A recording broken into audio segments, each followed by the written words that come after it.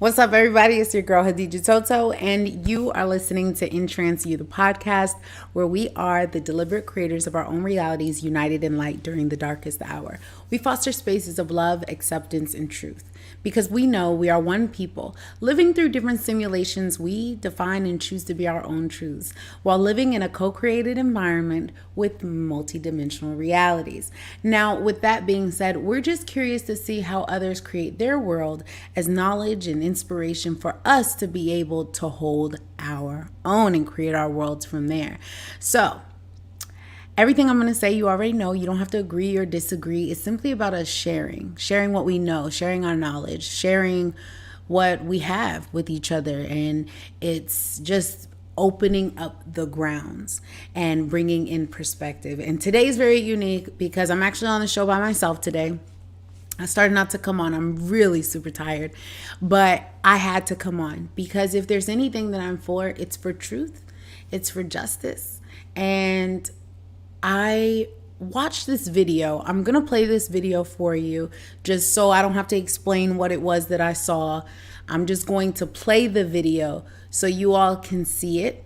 It's by someone that I respect and it's someone that I like. So I want to show this video for for educational purposes. So I'm going to go ahead and share my screen so I can play this for you all, so you can see it. I'm not debating it. I'm not agreeing, nor am I disagreeing, because I don't believe in discounting experiences. Today I want to tell you guys the story of my first play date in life. And yes, I'm being serious because it's important and it always stuck with me. I was in kindergarten when I first went on a play date with someone other than a member of my family. And it was with a girl. She had blonde hair and blue eyes, and we became fast friends. And I'll never forget the car journey up to her house. I was so shocked to see so many trees and the houses were getting bigger and bigger and bigger. Now, the majority of you guys that are watching this, you already know my story. You know that my family came from nothing. In fact, at this time in my life, we were living in a very small apartment. And me and my two sisters were sharing a very tiny bedroom. It was a roach-infested apartment. I was used to the exterminator coming into that apartment. And so I was shocked when I got to this young girl's house and I found something so different. She effectively lived in a mini mansion. I had never seen anything like it. She had her own playroom. She had her own bedroom. Everything was so immaculate. She had glass dolls lined up. She had a housekeeper. I remember just being shocked because what I learned at her house was that there were people that didn't live like me. I thought everybody had to share a room with their siblings. I didn't know that another option existed. I didn't know that there was something else. In fact, seeing that something else, probably very early on, made me think, I want that. I want that option. Fast forward 13 years, and I was 18 years old, and I went on a trip to China, 10 days in China. To this day, it remains the worst I was traumatized. I remember calling my then boyfriend from the hotel rooms, and I was crying. I was crying because I just wasn't expecting to see what I saw. I thought this was going to be a glamorous trip. Far from glamorous, it was the exact opposite. It was just sheer poverty. There are people actually showering in the streets. Had a horrible stench. Worse than that, was children that were masked. I thought to myself, what is this? The oppression and the filth of China actually shocked me. I was recently discussing that trip with my husband, and I said to him, why do the people put up with that? Why do the people in China put up with living in those circumstances? Really think about this for a second. They're a nation of about 1.5 billion people, and every element of their lives is being controlled by a small totalitarian government. Why don't the people rise up against the government? Why don't they demand better conditions for their children, for themselves? The government, which a very short time ago told them how many children they were even allowed to have via a one-child policy. That's absurd. Where are the uprisings? We never hear about them. And do I know what my husband said to me? He said, the people that live in China have never known anything else. Generations and generations spanning over a millennia of oppression. That is what the state has been in China forever. They don't know that freedom is an option. They don't know, like me as a small child, that there's something else. Which really makes me think about where we are today, right now in this society. Think about what's happening all across our country, all across the West, really. Think about it. Right now, there is a generation of children, and if we don't do something, right, they're not going to remember what the world was like before mass censorship. They're not going to know what it was like to be able to say something in America and to not be fact-checked, censored, to have your accounts deleted. They may not even know what it was like when they didn't have to walk around with masks on their face. And they were allowed to go to school with the masks not on their face. They will have no memory. They'll just think, this is normal. I'm always supposed to have a mask on my face. They may not know what it was like to walk into a restaurant without being asked to show their papers. Are you vaccinated? Let me see your cards. Let me see if you received the vaccine. Otherwise, you can't eat in here. We're going to have an entire generation of people who think that it's normal to have to submit to random testing to travel. Those people won't know that there's another option. They won't know that there's the option of freedom. They won't know that it ever even existed. We are the last stand for that generation. Otherwise, they're never going to desire what they didn't know exists, just like China. Those children will never desire it because they will have never known that it existed. Think about how scary that is. I want you to consider my words today very carefully because they are a direct call to action. Welcome to Candace. Hello and welcome. Today All right, so there we had it where Candace talked about a childhood experience that she experienced, which made her curious, and later on she ended up actually spending 10 days in China. There's a lot to unpack here. I respect Candace. I respect anybody who stands up on truth. I respect anyone who speaks their experiences and is able to draw a conclusion based on their experience. However, I do, like I said before, I do believe there is a difference between being ignorant and just being rude. You see, illiteracy in the 21st century is the process of learning, relearning, and unlearning. The process of what illiteracy looks like in the 21st century is learning, unlearning, and relearning. And people who have the inability and are incapable of doing so, it's going to be very, very difficult in the 21st century to continue to move and push forward. Why do I say this? Well, I take that story to heart about the things that she said. Because like Candace said, I didn't grow up in a poor area.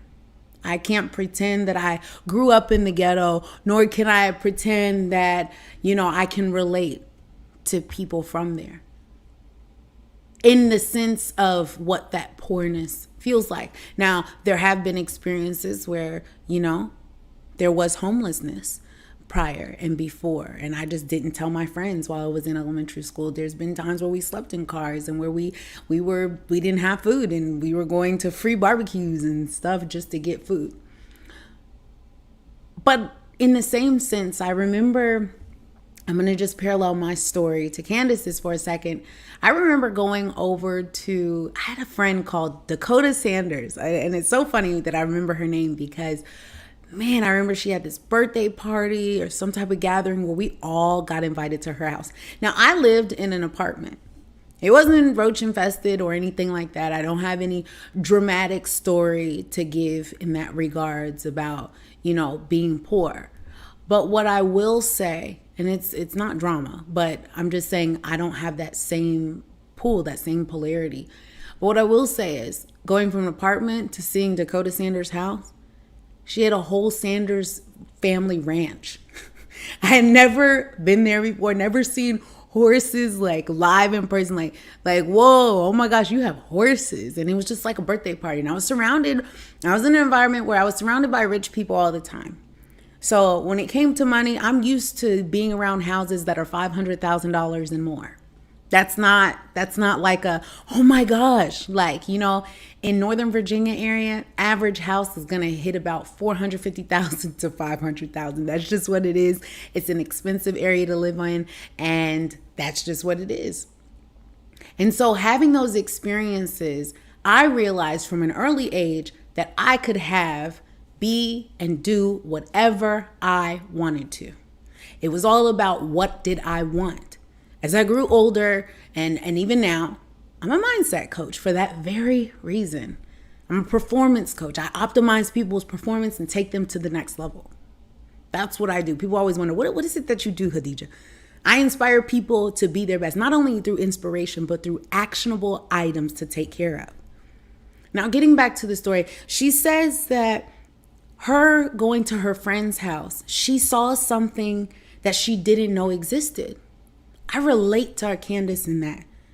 I grew up in an environment where everyone around me looked different. The classroom was totally different. My best friends were Indian, they were Korean, they were Chinese, they were Black, they were Hispanic, they were from all over the world. I have African friends. Right? And having friends from all over the world gives you a different kind of perspective. And I was always the child where I was the only one allowed in the house and no other friend was allowed to come in. They accepted no other friend. I made good grades and I was allowed to because they wanted their child to be around people who had similar rules, who had a similar mindset and that were respectful. Okay. Now, Candace said she went later on and she went to China for 10 days. In which that was the worst trip that she had ever taken. She said in those 10 days that she went to China, it was the worst trip that she ever taken.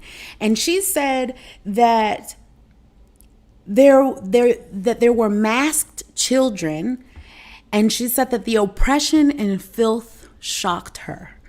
She said, how could they be in a small totalitarian government and the husband told her that the people in China have never known anything else. And that's where we are today. Now, this is the part where I totally disagree with. I know that this show is not about agreeing or disagreeing, but it's about sharing experiences and truth. And I will not take Candace's experience away from her. Because if that's what she experienced, who am I to invalidate her experience?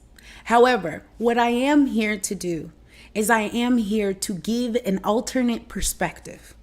What I am here to do, because I didn't visit China for 10 days. I lived in China for 5 years. And what I can say is there's a totally big difference. There's a total big difference between visiting a country for a short amount of time that's not even a month's worth on a calendar, and actually having a working relationship with the language to even understand the culture in the first place, and actually living in the environment to understand why they do the things that they do.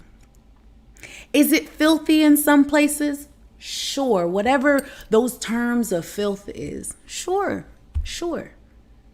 You could say that if you want to. I don't know what filth looks like to anyone else. So maybe in someone else's perspective, maybe it was filthy. I'm not sure. I can't really answer those questions.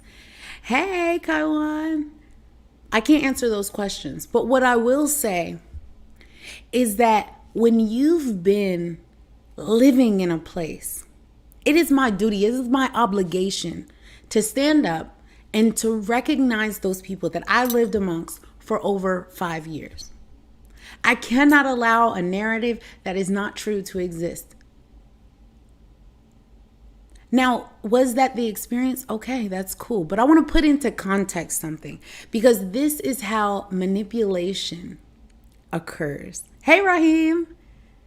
This is how manipulation occurs. Manipulation occurs when people are ignorant about a certain subject, and therefore they hold on to your perspective. They hold on to your view because they believe that your experience validates what you say. And if that's the case, I am here to offer a totally different perspective.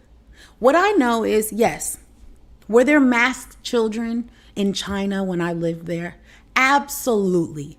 But it was not in means of oppression. That's not what it was for. I'm going to put it in context for you. There were 2 reasons why masks were worn. One of the first reasons, well, 3 reasons. Some people just like to wear the mask, to be honest. They like to wear the mask, and so they wore the mask everywhere they went. It was habit. That's what it was. The second reason people wore masks was because in China, the pollution, the API is crazy there, okay? You have to put into context everything in the world, right? You look on the back of, your plate, and I guarantee you it says made in China, okay? Now, these factories are making these plates, they're making these bowls, they're making these cups, they're making these toys, they are making these things. And so because in China, this is the source, right? They're producing these items, there's pollution because of the factories. And the further you go north, especially in the wintertime, they burn coal. Okay, so I'm not sure when Candace went to China, what season it was, or even what city or she was in the country.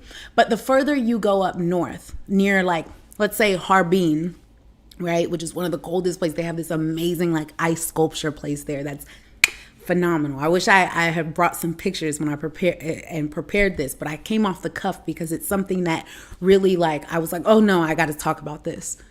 But it was the further you go up north, the more pollution there is because all of the productions are there. The factories are up north. Okay. So a lot of the season and a lot of the time you'll see people go up north, and then they might be from the south. So during the holidays, they'll come back down the south. And then in the summertime, the factories are still going, but there's heavy production of the factories, and the coal, right, for heating the homes, they would use coal to heat the homes. Okay. So that's just putting things into perspective. They would use the coal to heat the homes. And so now you have a bunch of pollution, and the API is off the Richter scale. And I'm talking about to the point where you could literally open the door and there was so much pollution, to the point where you had to cover your face. Okay. Now that's not like that all over China. China is a huge country. It's not like that all over China. It's just certain parts, like in the north where the factories are. The closer you are to factories, the more pollution that there is. And it's like that because China's producing material and products to go all over the world. And unfortunately, we don't have the technology that prevents that pollution at the moment. Now, when it's created, I'm sure that it'll be used. But for now, that's not necessarily what's used. So this is why you'll see children masked up in China, is because of the pollution. So that's the second reason. Okay. The API, the air quality, is not so good when it comes to certain places there. It's not because oppression or because they're trying to silence the children. It is because of the pollution. Okay. Now, the third reason why you might see people wear masks in China is because they might be sick. Now, if they're sick, then what happens is they put a mask over their face. Because in China, let's say, you have the common cold, right? And you're like, achoo, achoo, and you're coughing or whatever. Instead of just, like having that, they put a mask over their face, right? So the children will be protected from the germs. And once the children are protected from the germs, or even the adults too. I remember being sick, even as a teacher. I would get sick. I would catch the common cold, right? It wasn't necessarily a virus. I would catch the common cold. And what they did was they put a mask on. So that way you keep your germs to yourself. Because guess what? We still have to go to work. We still have to go shopping. We still have to do business as usual. So I'm going to mask myself so I can protect the other people around me. It's not because I'm being oppressed, and it's not because I'm being silenced. And it's not because anyone is forcing me to put on a mask. It's a health mandate. It's not mandate. I'm sorry. It's a health option. Now, to put in further context of the Chinese society and how they deal with medicine, and I can understand why maybe Candace didn't understand or didn't put into context certain things. I don't know if she put it into context or not. That's none of my business. But what is my business is if I hear information that I feel is incorrect, I will offer a different perspective. Like I said before, I'm not taking away from her experience. If that's what she experienced, that's what she experienced, and that is valid.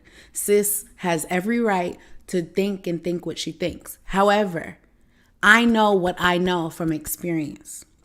And like I said before, there's a difference between visiting a country for 10 days and living there for 5 years to understand the cultural context of what's going on. So like I said, masks in China are not a form of oppression.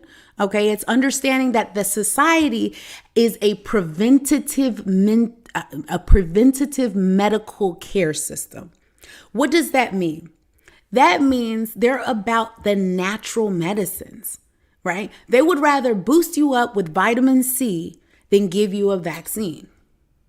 They would rather boost you up with vitamin C and zinc and, they'd rather do acupuncture. They're about preventative care. Whereas America is about solution-based care. How can I quickly get rid of this problem? We're only going to look at the result. But we're not going to look at the symptoms. And that's the kind of medical care that you get in America, is they're looking at the result and providing a solution to the result. Whereas in China, they're looking at the result, looking at the symptoms and not just treating the symptoms, but how can we make this preventative? How can we prevent this? Which is, i.e., why when coronavirus broke out, what did they do? They shut down their country. Now, you can say it's a totalitarian government. They're super controlling this, and that. But guess what? My friends aren't in lockdown anymore in China. They're actually out. Why? Because of the preventative measures that were taken. Did they seem a bit extreme at first? I don't know, because COVID is quite extreme. And sometimes extreme measures need to be taken for extreme things that are happening. And so it's understanding that we handle our issues. We handle not even issues, but our challenges. We handle them differently. Culturally, we are different. And it is okay to be different. Instead of continuing to allow ourselves to be different and make that what separates us, it is our differences that we love. It is our differences that actually bring us closer together, because I need to understand how and why you do what you do, instead of assuming from my gaze, from my American gaze about your culture. And so when we get in another country, We have to drop our American gaze and see things from their perspective. 10 days is not enough time to form any opinion about another person's country. It's not. It's not. And you can't say that for the entire country, because now you're creating stereotypes. Now, what I did agree with her is where she said we need to be concerned with America and its state right now. I absolutely positively agree with my sister on that. And why? Because of the vaccinated versus the unvaccinated. When you take away someone's choice and you begin to censor them based on the truth, this is where the problem lies. Now, and to put it into context as well, since we're on the subject of China, I keep up with the Chinese news. They are not banning people. They are not allowed. They have legislated that they are not allowed to ban people based on who took the shot and who did not. It is illegal to ban people in China if they have taken the shot or if they have not, because they expect their people to make informed decision. This was in the Chinese media. So my question is, why is it here in a democracy, in a democratic nation, people are being pressured into taking some type of shot or not taking some type of shot? My biggest thing is make an informed decision for yourself. It's not about whether I agree or disagree. Make the decision for you. Make the decision for your family. Make the decision on what you see fit. My biggest concern is not whether we take the shot or we don't take the shot. It is the principle of the matter of being able to express oneself in the media. The questionable thing is the freedom of speech and the freedom of the truth. And when the truth is being challenged and your rights are being taken away, oppression, the definition of oppression is seeing someone as unequal to yourself. And so now we are looking at a people who have been unvaccinated or have been vaccinated, and we're judging them with the same power and the same strength. No, make an informed decision. Gather all of the information that you need to. I know what decision I'm going to stick to. But it doesn't mean in the process that I have to tell anyone else who they are and who they should be and how they will be accepted. Now, if you ask me, do you agree with my decision and how I made it? That's none of my business. That's all you. You make your own decisions.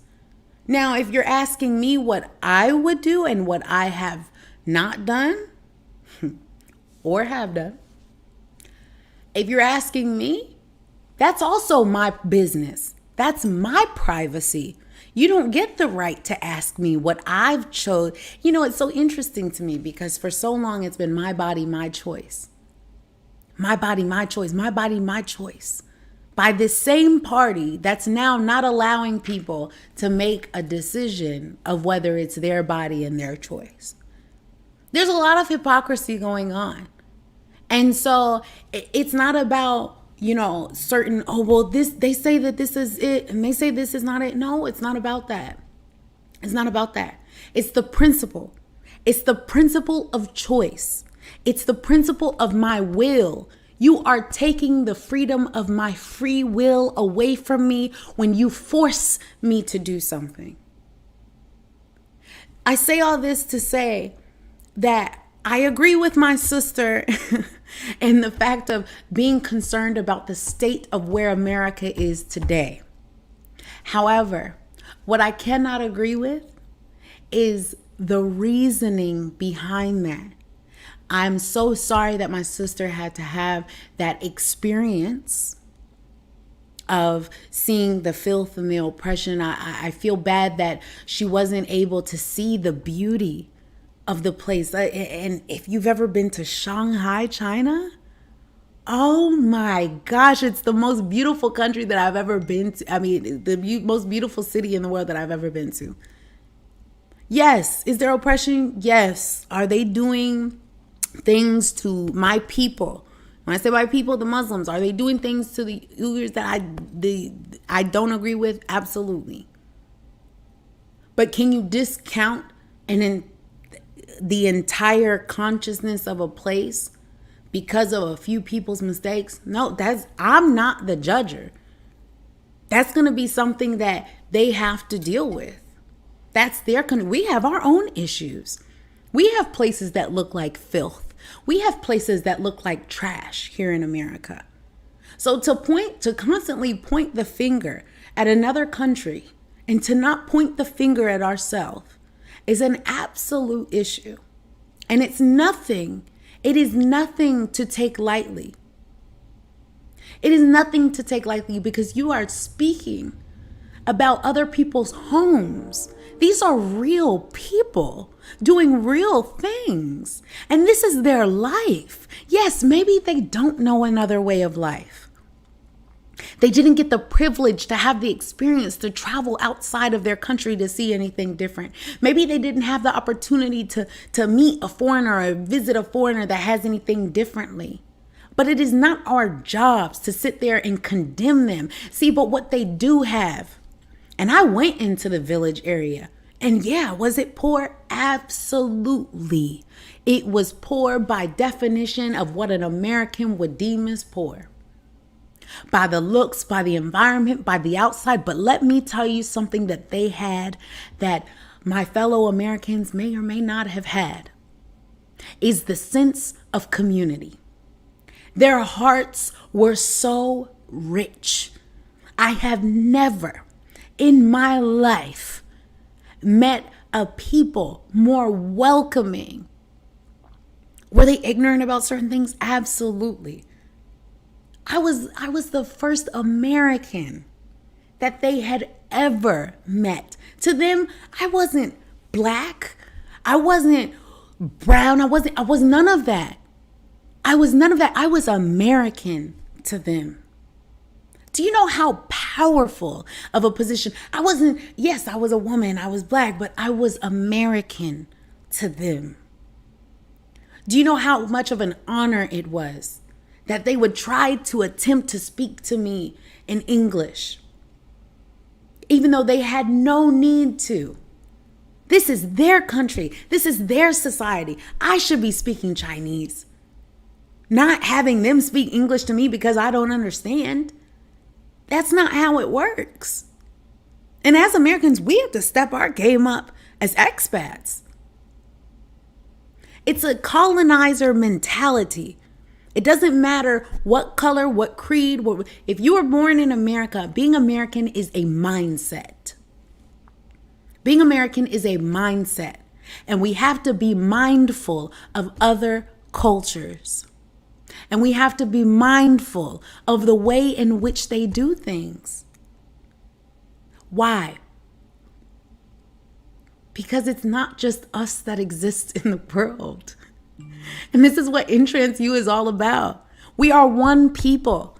Living through different simulations, we define and choose to be our own truths.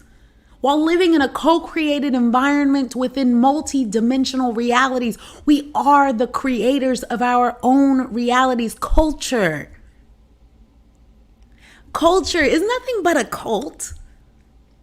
It's a cult. It's the way that people celebrate life is similar. The way that people celebrate the return of life to God is similar. The religious dogma or doctrine that we live in and exist in, it's that. That's what exists. That's what's important. It's not about what we look like. This is the bigger picture. This is the picture that I'm painting because I know what it is firsthand to live somewhere in a country that you don't know anyone, that you literally go by yourself. And this message today is primarily to put into context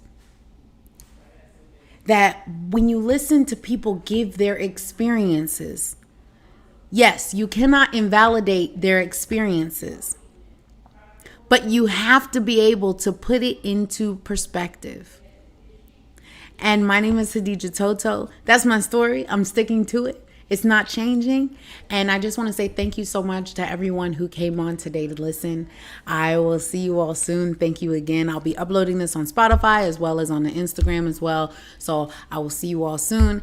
And thank you so much for joining me today.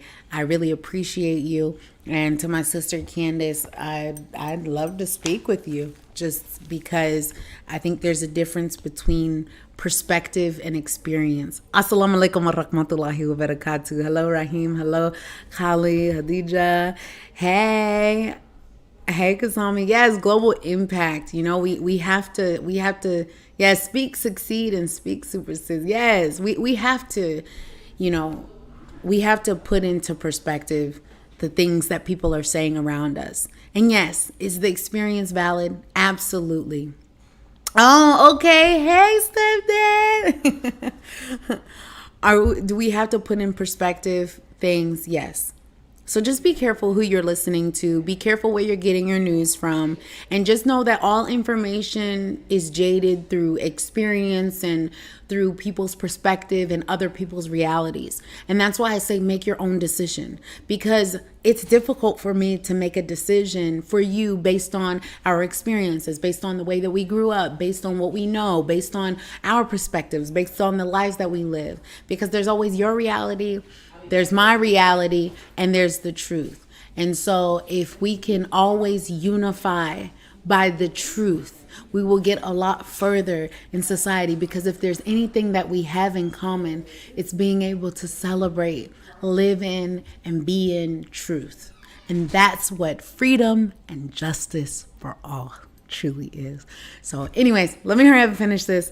I keep saying bye and not leaving. So this is the end. Thank you so much for coming in and tuning in with me on In Trance You.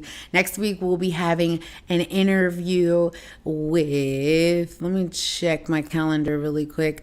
We'll be having an interview next week. I can't even remember with who, but it's all lined up with Lauren Merrill. And she's an amazing coach, and it'll be a lot of fun. So anyways, you all have an amazing time, and we'll see you next week. Have a good one. Assalamu alaikum wa rahmatullahi wa barakatuh. Peace.